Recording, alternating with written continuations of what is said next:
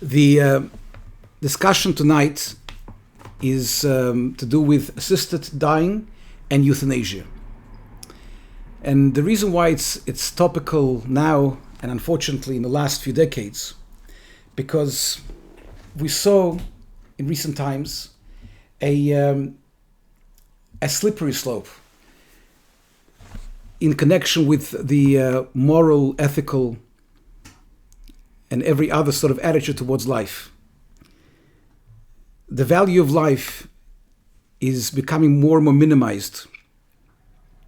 Last week, 2 weeks ago, I think we spoke about the questions of abortion, and we spoke about how in New South Wales, just recently, it was legislated that one can abort a child right before birth. It could be the ninth month of pregnancy, for no reasons of danger to the mother's life, just because the mother changed her mind and she feels that she would like to have more freedom.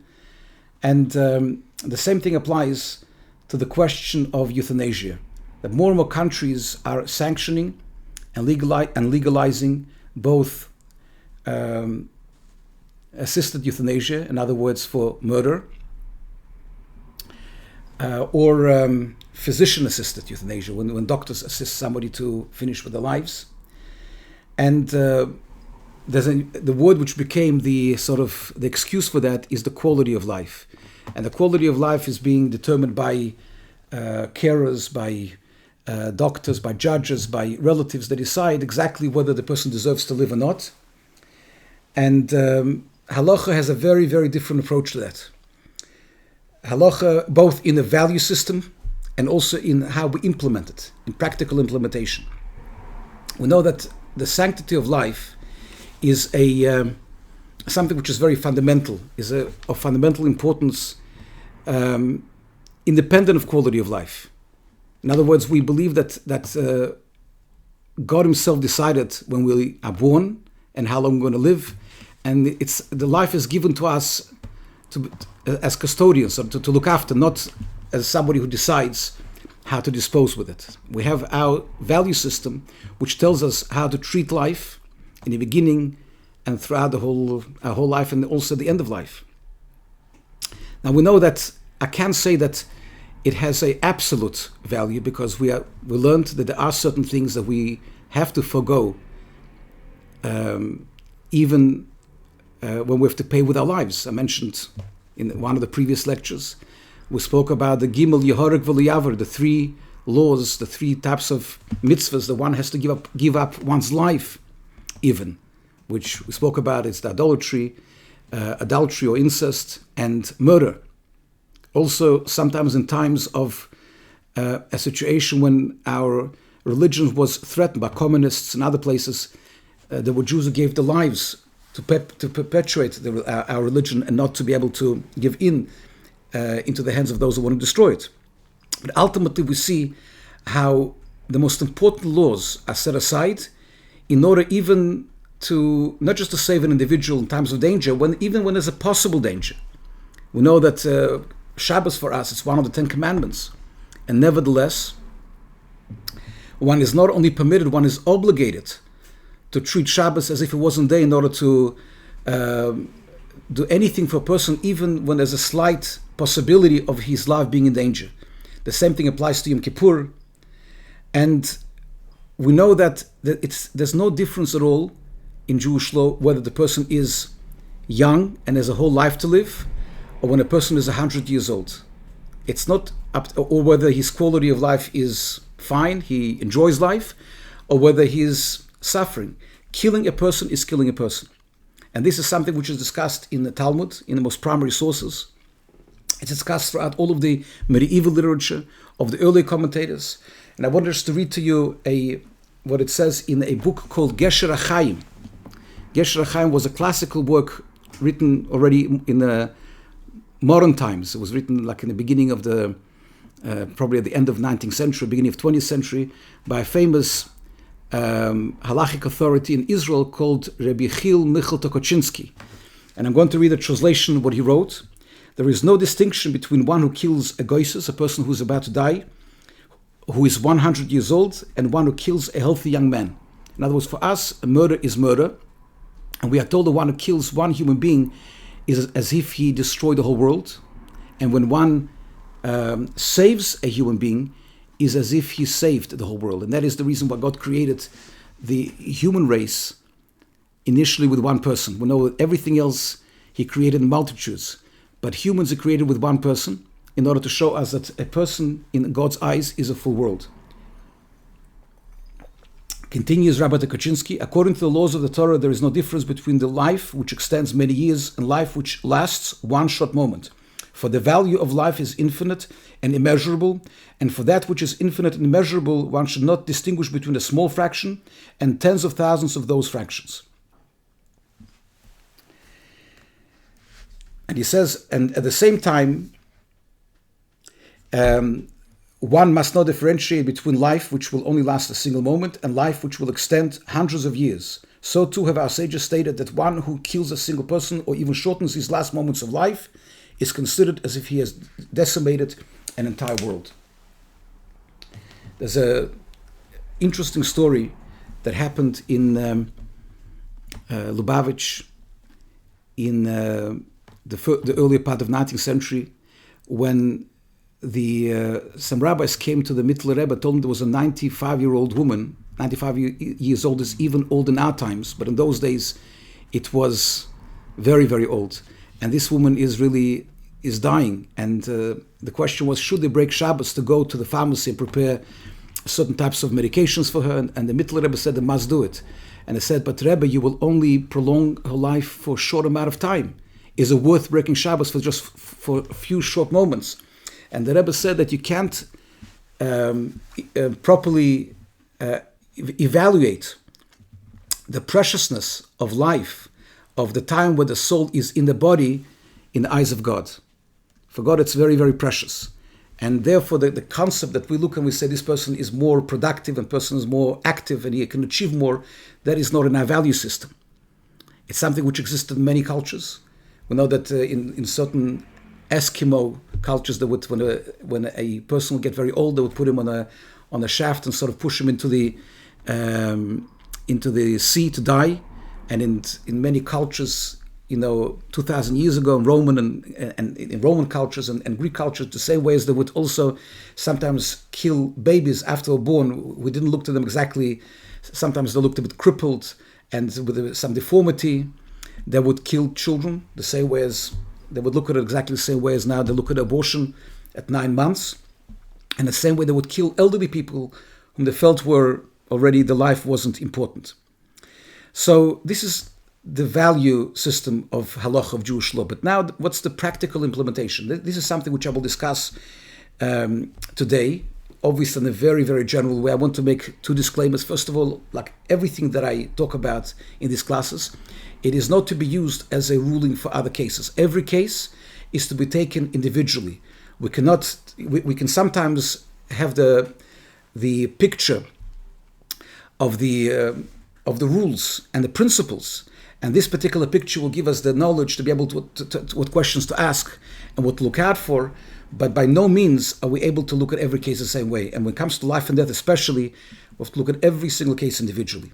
So, also, I want to preface that as everything else I'm talking about, even when we're discussing the most modern application of these laws, everything has the source in Talmud and the codes.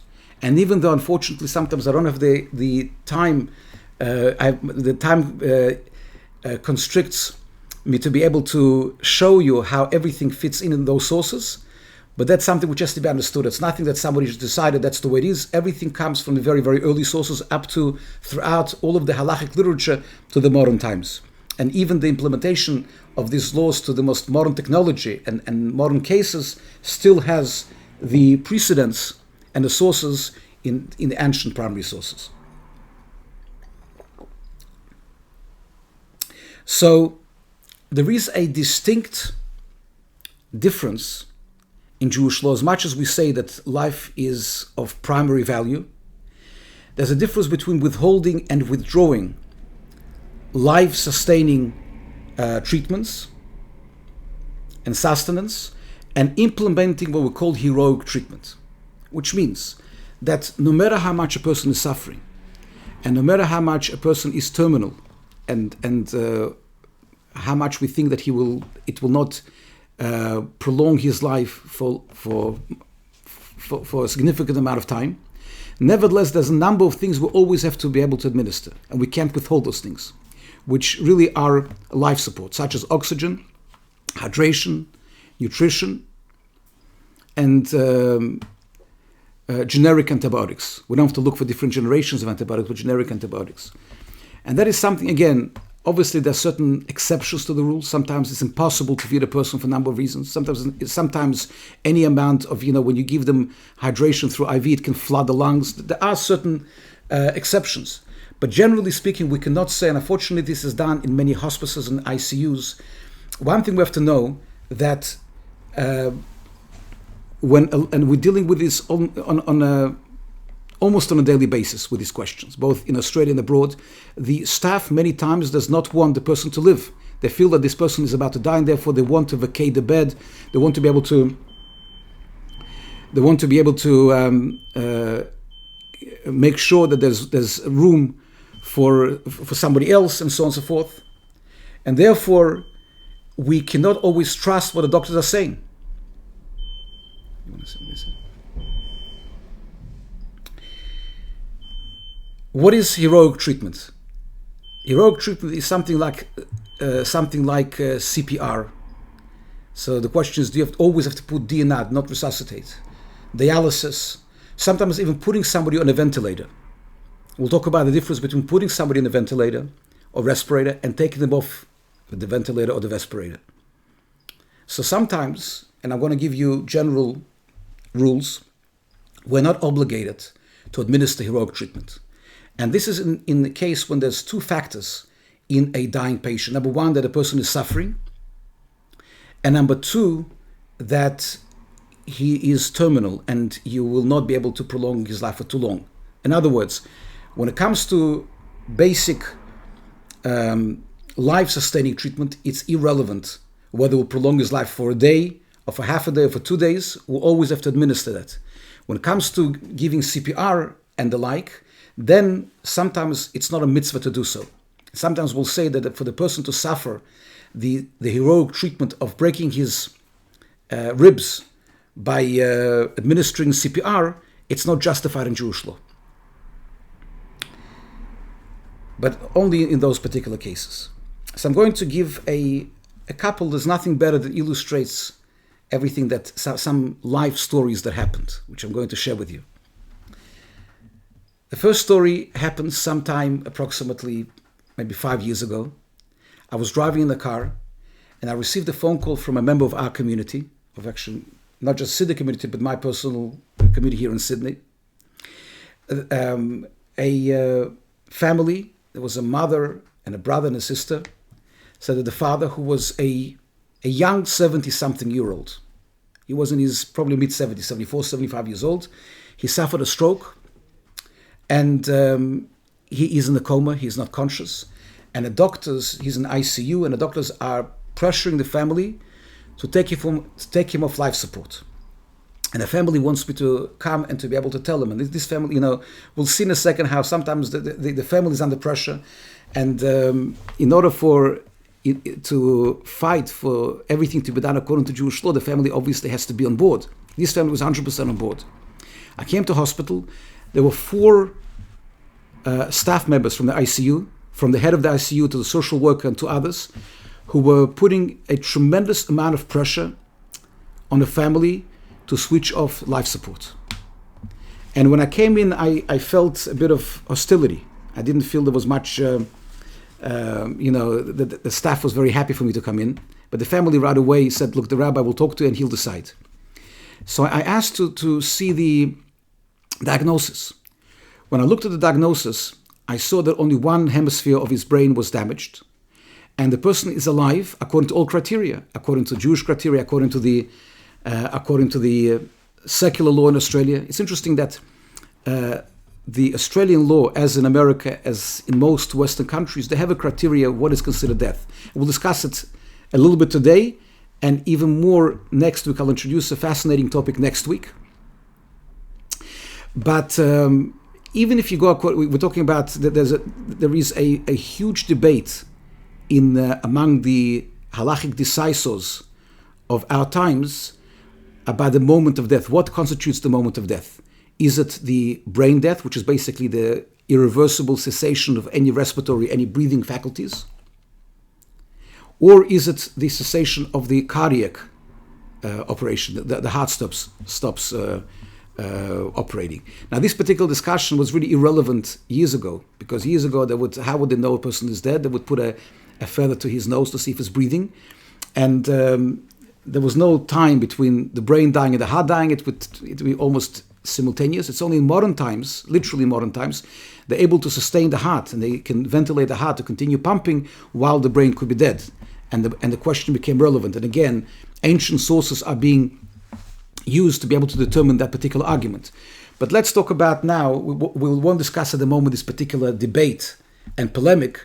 We'll talk about now, let's talk even from the Australian legal perspective, when they consider total cessation of brain activity, including the brain stem. The brain stem is a part of the brain which controls the breathing. That is considered the person has passed away. They implement that particular criteria when they're talking about organ donations, because of conflict of interest, they cannot kill one person to save another person. So they have to determine death in order to be able to give organs as a donation. That's something which is part of the legalities in Australia. But when it comes to just turning off the respirator, that's something which you do quite freely. It's something which, and this was even before. I'm not discussing now. In Victoria, exactly a year ago, in 2019, they've legislated euthanasia, that you're allowed basically to allow people to die. In New South Wales, they're resisting it, thank God. But in Victoria, and they're planning to do it next year in Western Australia. But even before that was legislated, even New South Wales, they're permitted to take somebody off the machines and allow them to die. It's not considered over here euthanasia. In Jewish law, it's if a person will die immediately afterwards, like within 24 hours, and sometimes, usually, when a person can't breathe on their own, they'll die within half an hour. That's something which is considered to be passive killing. It's still killing because you're causing his... it's even more than passive killing, because you're not withholding something, you're actually doing something with an action. Now, it's a very close proximity to taking off the respirator, and the demise of the person, that's even more than passive killing. It's already considered to be like active killing. So the staff was quite... they tried to be very intimidating and quite aggressive in trying to convince the family to take the father and the husband off the ventilator. And they were saying, and I remember the conversation like today, they were saying that, look, this person, if he would be able to speak, he would definitely want to die. He wouldn't want to live like that. So I said to him, look, you don't know this person. I know him, his family knows him, and he would want to do what's right according to Jewish law. So the head of the ICU said, that was my father, I would take him off. That's the humane thing to do. And I said to him, look, if it was your father, it's one thing, but this is their father, it's their husband, and they have the right to do what they feel is right. And ultimately, the family was very, very strong, and the family said, look, we're not going to take him off the respirator. Now, I want to tell you what happened with this story. About a week later, he came out of the coma. And he was able to communicate and speak to his family. And he lived for approximately another 2 months, this particular gentleman. And when he ultimately passed away, the family, when they contacted me, I recall speaking to them, they said it was the greatest present they received those 2 months. They said if they would have allowed him to die just like that, it would have been like no closure. They would feel like all the things they would want to tell him, all the things he wanted to tell them, it would be unsaid and unfinished. And this way they felt that this month was like a present. They spent time together, they said whatever they wanted to say.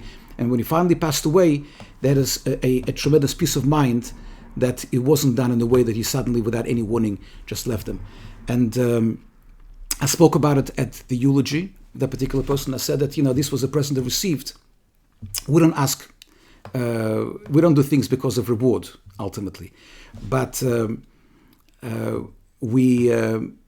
do the right thing, but sometimes we see a present we see a reward of what we do. And in their particular case, they were rewarded by doing the right thing according to Jewish law and having this particular present from above, that they were able to have these 2 months with the father and the husband. Unfortunately, not every case is like that. In a very close proximity of that case, there was another case of a lady very close and very similar age who overdosed on insulin, not on purpose. She was a diabetic and she took too much insulin, and she also went into a coma. And I went to ICU, the family called me up, and there was also this time a husband and a son and a daughter. And exactly the same, was almost like a deja vu. The same thing repeated itself. But this time the husband and the son were very much also to do the right thing according to Jewish law. But the sister she said she can't imagine, because the staff from the ICU, they told her that if she will take the mother off the respirator, she could live alone for a little amount of time. But if you leave her on it, she could live indefinitely. And I said to them that, from all due respect, I don't like to argue with doctors, but I said, in her particular case, if you take over the ventilator, she'll die within half an hour. And if you leave her on it, she'll die within, maybe it'll take a week, maybe less than a week. It's not going to be long. I could tell, from all the signs that she's not going to live. But at least they will feel that they didn't have the hand in doing it. And when I saw it was getting very contentious, I said, let's wait till tomorrow. Tomorrow, I got a call from them that ultimately the sister and the doctors prevailed. They took her off the respirator, and she suffocated within less than half an hour. She couldn't breathe, and she passed away. That's not allowed in Jewish law. Again, we don't judge how people feel and what they do, but for us, it's actively causing a cessation of life. And even though the person wasn't, visibly, there's more and more studies that we don't know what what goes in a person's mind, everything else, but ultimately, we are not here to decide. The Mishnah says, Al korach hatachai, we born not through our consent, Val korach hatameis, and we die not through our consent. In other words, we cannot be a factor of causing somebody, directly to pass away. Another interesting story that happened that shows you how sometimes things can play out not the way we think they will, and our job is just to do what's right according to Jewish law. I recall when this story happened because I was actually traveling on that day. It was in 2009. In November, I was traveling to New York for the conference of the emissaries, the Lubavitch emissaries that happens around the time. And literally on the day of my going to the airport, I was going afternoon, I got a call from a very, very well-known member of our community, of a general Australian community. He's a very famous barrister. He called me up, and he's a religious person, and he said that his mother is in hospice, and she's suffering from, she's terminally ill, she has cancer, and she's very, very depressed, and she wants to die. And I explained to him what I'm telling you, that on a very basic level, without going into details, we can discuss, registering DNR, not resuscitate, or similar heroic treatments. We don't have to go over and above in order to be able to treat her. But as far as the necessities, life necessities, such as hydration and oxygen, such as that, we have to be able to give it to her. So he asked me, he said, but what if she doesn't want to? We know that we have to give it to her, but you have to force her to take it? So I said to him, you have an argument between two great halachists, two great halachic decisors, who both passed away in the end of the 20th century. One of them was Moshe Feinstein, who passed away in America in 1986. He lived in New York. And the Shlomo Zalman Auerbach, who passed away in 1995, who lived in Jerusalem. According to Rabbi Moshe, you're not obligated to force a person. If she doesn't want, she doesn't want. Rabbi Shlomo Zalman said that you have to find a humane way to do it, because he gave an example. He said, if somebody wants to jump off the bridge, you don't say they want to do it, they want to commit suicide. You have to try to stop them, and people do stop them. They come and they bring, straitjackets, everything else. You don't just say, look, let him do what he wants. So in such a case, he believed that obviously you have to do it with sensitivity, and you have to do it with kindness and with gentleness. But ultimately, you have to find a way to get a person to take those vital life necessities. So he said, what would you say? I said, look, who am I? You have these two giants. I said, look, I can't talk to them. They already passed away. I need you to rule. And I said to him, look, in my opinion, you have to find a way to go according to Shlomo Zalman Auerbach. You find a way to how to be able to get her to take it. You don't know right now she's depressed. You don't know what's going to happen. And I went to America. To make a long story short, she actually lived for another 4 years after that, and she completely came out of a depression. And she enjoyed her children, grandchildren, great-grandchildren. She enjoyed her life and interaction with the family.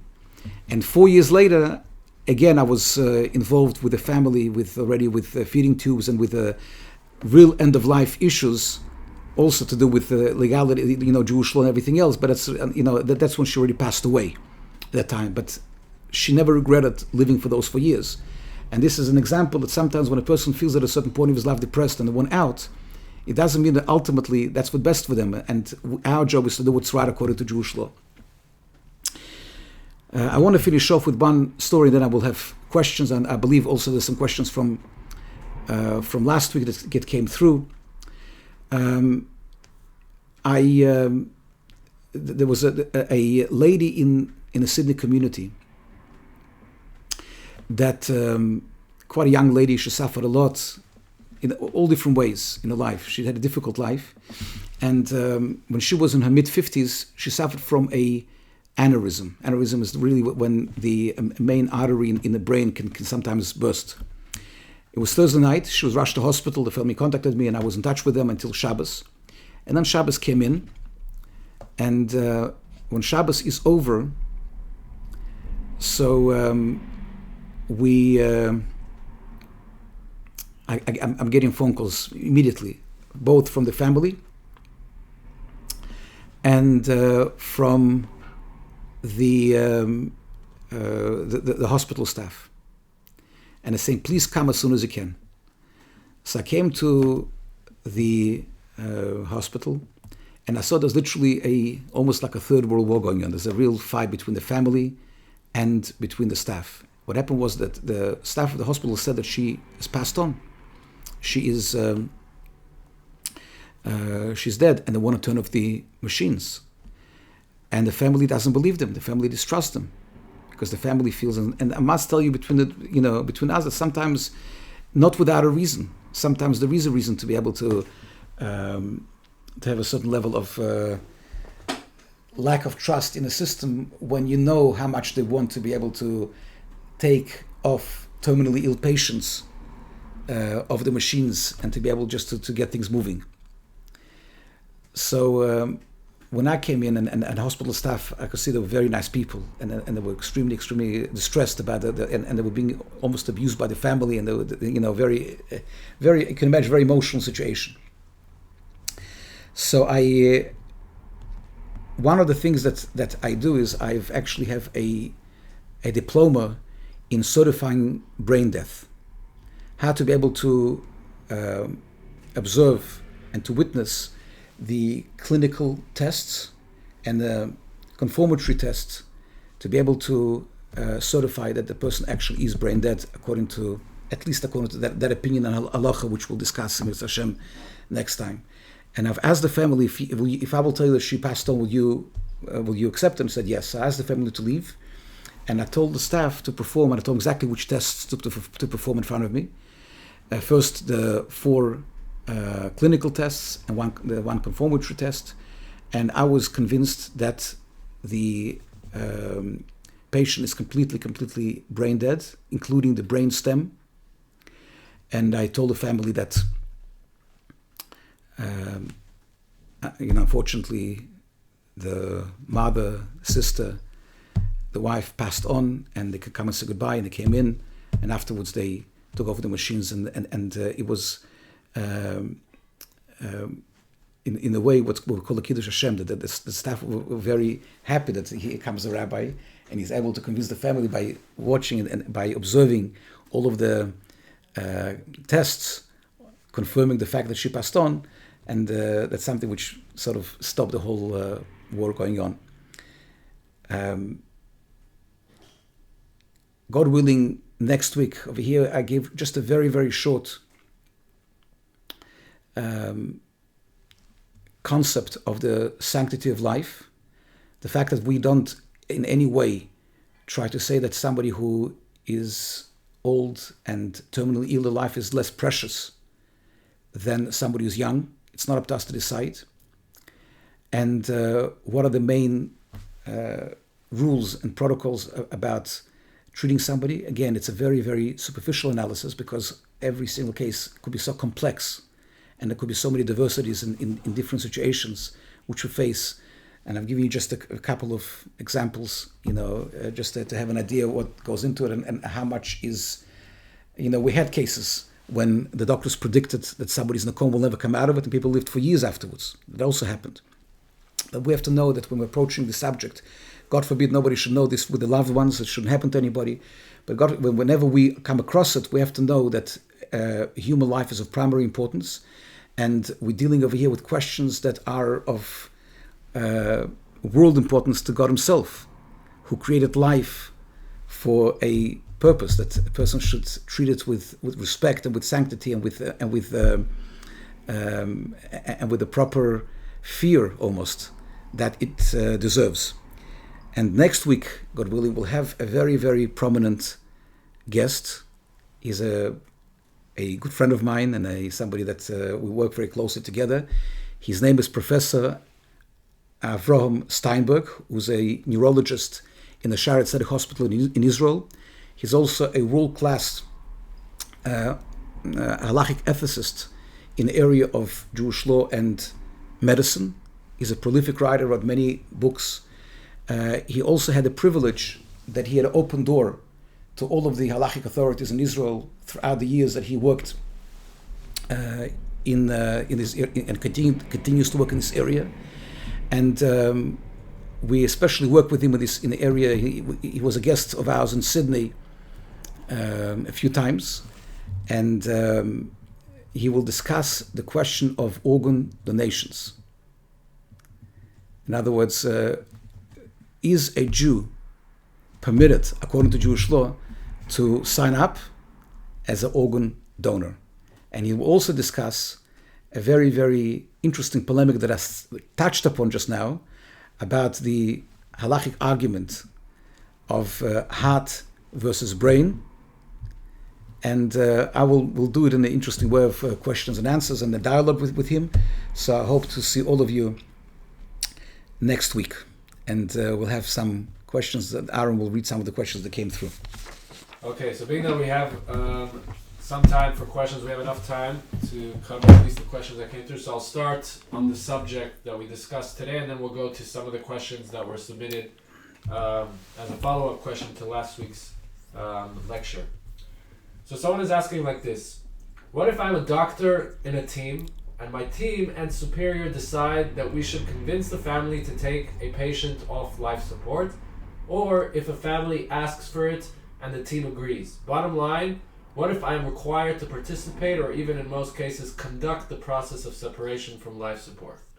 Right. They have provisions.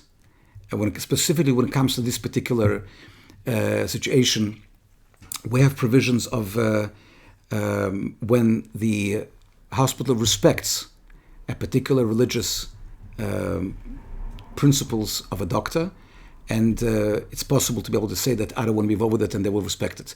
There are other more not such a black and white questions which you can discuss in the future, which sometimes doctors are asked to perform certain procedures which may not be so kosher according to Jewish law, and I may touch upon it in the future. But this specific question is, again, we're talking about over here literally a potential killing of a person, and that's something that they will respect and they would give it to somebody else. Okay, next question. This is a follow-up from last week's topic on contraception.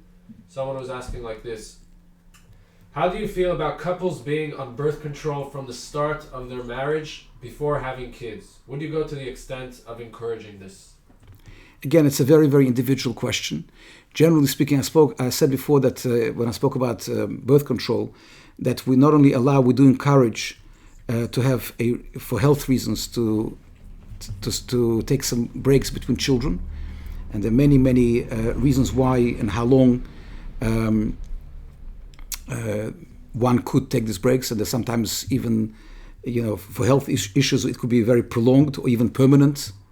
Birth control permanent, again, doesn't mean that the actual birth control is permanent, but you can do it until after menopause. When it comes to starting your life on birth control, again, everything has to have a reason in Jewish law. We don't force anybody to have kids, but religious couples, a lot of times, I get these questions a lot. Young couples, before they get married, they come to me and they ask me this question. And many times I would support it, especially when sometimes I feel there could be a situation where there's a bit of a maybe lack of stability in the relationship, which in itself is a question. I mean, I believe that people shouldn't get married unless they're really sure they want to get married. But sometimes when I feel that there could be, just one example, that I don't have such faith that there's no danger to the marriage itself. I would rather them go on birth control until they will create the stability, just to make sure everything's right. There could be other reasons also. So each case is taken individually. And again, it's never a question of forcing somebody, saying, no, you can't, but the couples themselves are coming and they looking for advice. And then we can sometimes support it. Okay, next question. Last week someone asked if you can discuss the topic of a single woman doing IVF alone to have a child. So probably what the person who asked the question meant, it could be either IVF or IUI. Basically, can a woman take a donor, a sperm donor, and whichever way have a child on her own? That's a very, very difficult question because it's not a black and white question. On one hand, we see that from the perspective of the child born, there's no specific stigma attached to a child. In other words, a child is Jewish because it's born from a Jewish mother. And therefore, ultimately, you can't compare it to things which are forbidden black and white, such as forbidden marriages and as such. On the other hand, we find an interesting phenomenon that the halachic authorities generally don't support that particular concept. Again, there's a big difference between not condoning something and not sort of giving the people an official green light to do it and judging anybody. Obviously, nobody's being judged. And certainly, many times in my community, we had a number of such cases. We performed a bris and we gave a naming to a child and we treated a child like a normal Jewish, like a regular Jewish boy without any, which he is, or she is, or a Jewish girl. That was a regular Jewish child. But there's a reason why it did not become an official, there's no support for this. Jewish religion has its own set of values, family values. What is meant to be a family? From a Torah perspective, and from a Torah perspective, it is, at least initially, it's meant to be a father and a mother, and not a single parent. Again, obviously, anything could happen, and we have a situation of single parents because of divorce, because of death, and that's not something which in any ways is again, it's not a stigma, God forbid, if a woman is a widow, she needs all the support she needs, and the fact that she's a single mother, that's something which is unfortunately is not because of her decision. She suffered a tragedy. But to go into this direction from beginning, that's not something which is the idea of a family in Jewish law. And what many times when I had young women ask me this question, when the biological clock was ticking, and they were saying, but how can we make sure that by the time we married, and they were actively looking for a partner, for a marriage partner, but it took time, and they were saying that by the time they will find somebody, they may not be able to have a child with their own eggs, because we know that women's eggs, they have a lifespan. At a certain age, a woman could be a very young lady, but already she's too old to have children of her own. So I very often suggested for young women to freeze the eggs under supervision. I might have discussed it already in one of my sessions. And we had a lot of success stories when women did freeze the eggs, and afterwards they found a husband that were able to have a kosher IVF under the sanction of the Jewish law. But ultimately, there's another reason why, especially with religious women, it's not something which is officially condoned. And the reason is because specifically within the Jewish communities, we know that we only approve of relationships under within the context and frame of marriage. We don't have, for example, premarital relationships. And once you completely, if it will be a situation in the religious communities where a sperm donors will become a norm, it could also create a situation where people could do whatever they want. They could have just children with partners because it's cheaper, it's easier. You don't have to go to a sperm bank, and nobody would know about it. And there is a concern for certain sanctity of Jewish values within family framework. But and also it's also very important to understand that some women believe that without children, somehow the life is worthless, not just from the point of view of their own pleasure and their own fulfillment in life, but they think that they somehow failed, and therefore the life wasn't worth. It wasn't justified, so to speak, and that's not a correct way of looking at life. Some people are childless, and nevertheless, we don't consider the life being somehow not important or less valuable. Every single person has their own purpose in life and their own achievements in life, and we don't measure it whether they have children or not.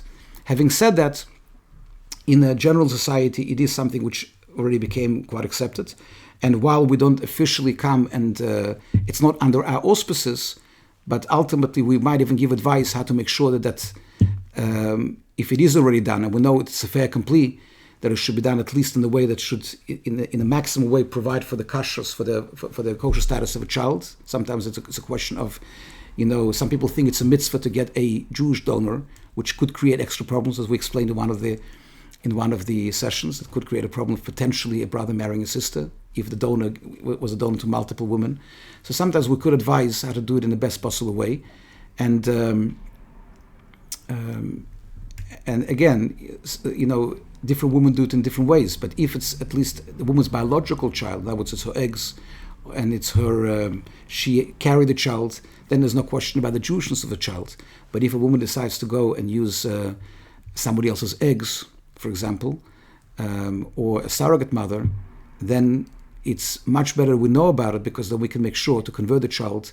And then, if people do things behind our backs, then it becomes much less controlled and with catastrophic consequences. So it's ultimately it's better if we know about it rather than we don't know about it.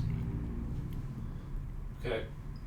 So someone was writing over here on the chat. Someone else was asked a question on that. I was wondering if it's basically the general topic of what was discussed today, but maybe you can just clarify a bit more. So someone writes like this: according to my knowledge, halacha does not permit euthanasia. We have to let a person go naturally. And then someone else asked, even terribly suffering nafshit and or physically, meaning like... Again, I think I've answered the question. When you're talking about killing somebody, it's never justified. In other words, I actually, many years ago when I just became a rabbi, somebody told me that if a relative of his, and he told me quite proudly, that his father was, not the person who told me, but his relative, that the relative's father was suffering, and they had, there were four brothers, two of them stood outside his hospital door to make sure nobody comes in, and two of them took a pillow and actually smothered and actually suffocated the father, and they thought they were doing the right thing. In Jewish law, that's not the right thing to do. It's not, they thought they are helping him to live his suffering, but for us, murder is murder, killing is killing, even if you're doing it for the things that you think, if you're motivated by your own ideals. That's why we believe that the ideals of Torah are not our own ideals. And however, there is a differentiation between either killing somebody with your hands, or withdrawing life necessities, which is in the form of killing. When you take away somebody's hydration, you're basically saying he's going to live for another just a very short amount of time.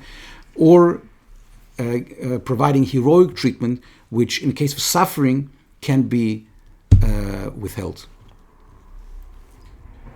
Okay, we have another question that just came in.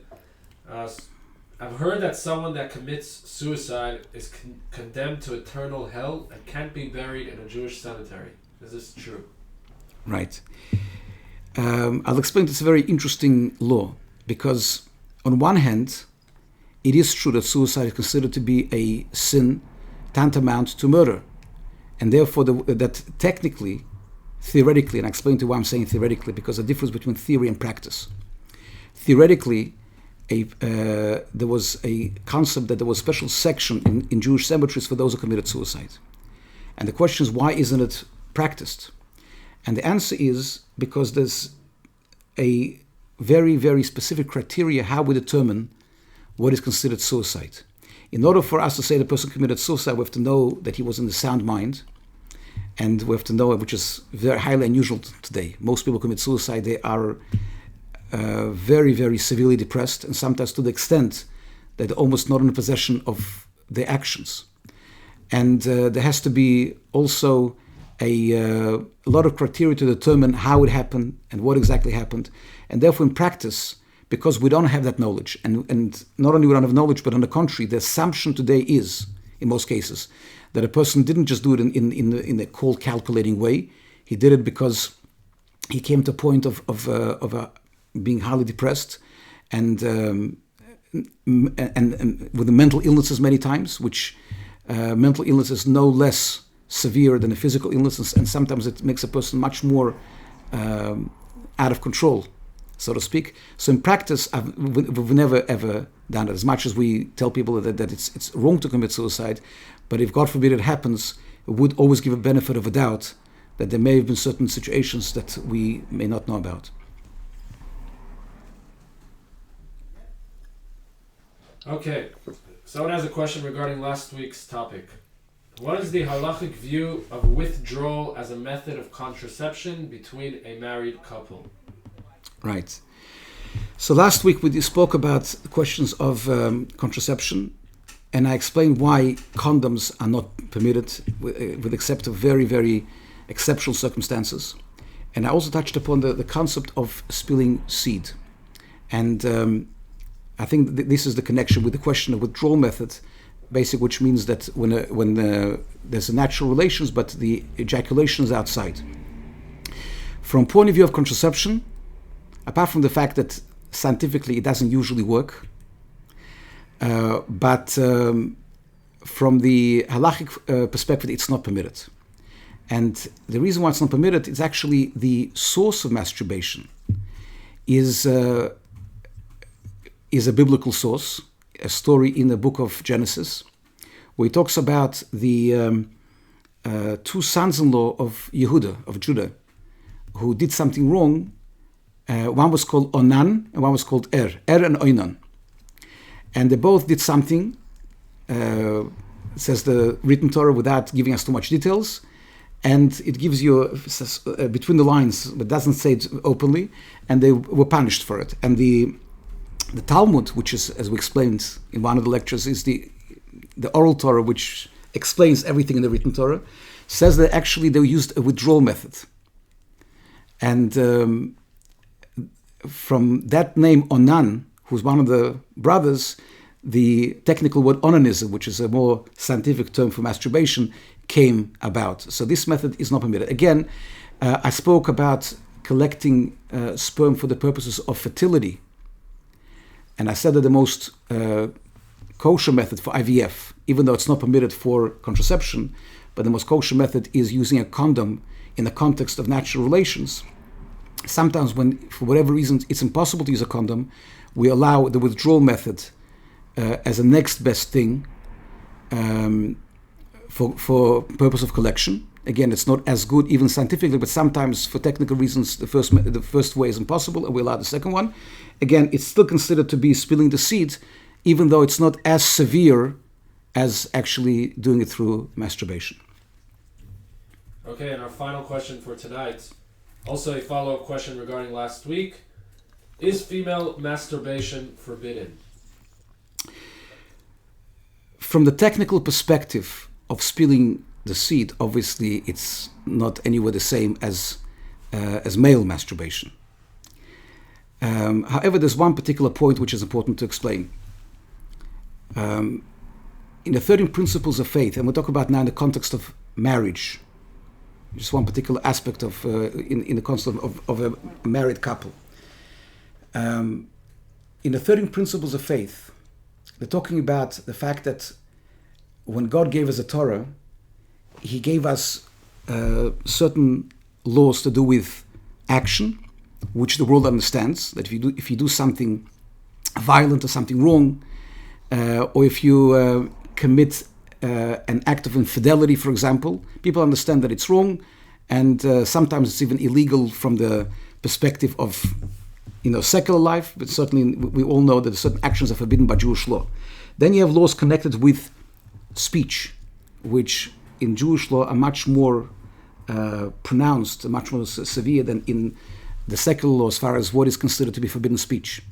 In the context of secular law, a lot of it is to do with defamation, the fact that you might cause somebody through slander, you might cause somebody loss in the business and they can sue you, but in Jewish law it's much more than that. When people just sit around and gossip, this is wrong in itself. It's fundamentally wrong, even if you don't know exactly how it's going to damage the other person.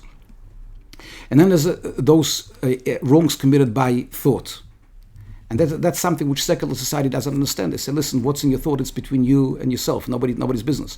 But Jewish law says you can actually be unfaithful to somebody in thought. It's not enough to be faithful in action, you also be faithful in thought. And therefore, when it comes to the context of married couple, we don't allow either one to fantasize, whether in the context of relations, marital relations, or in any other context, that anyone should fantasize about somebody else. That's considered to be betrayal in thought.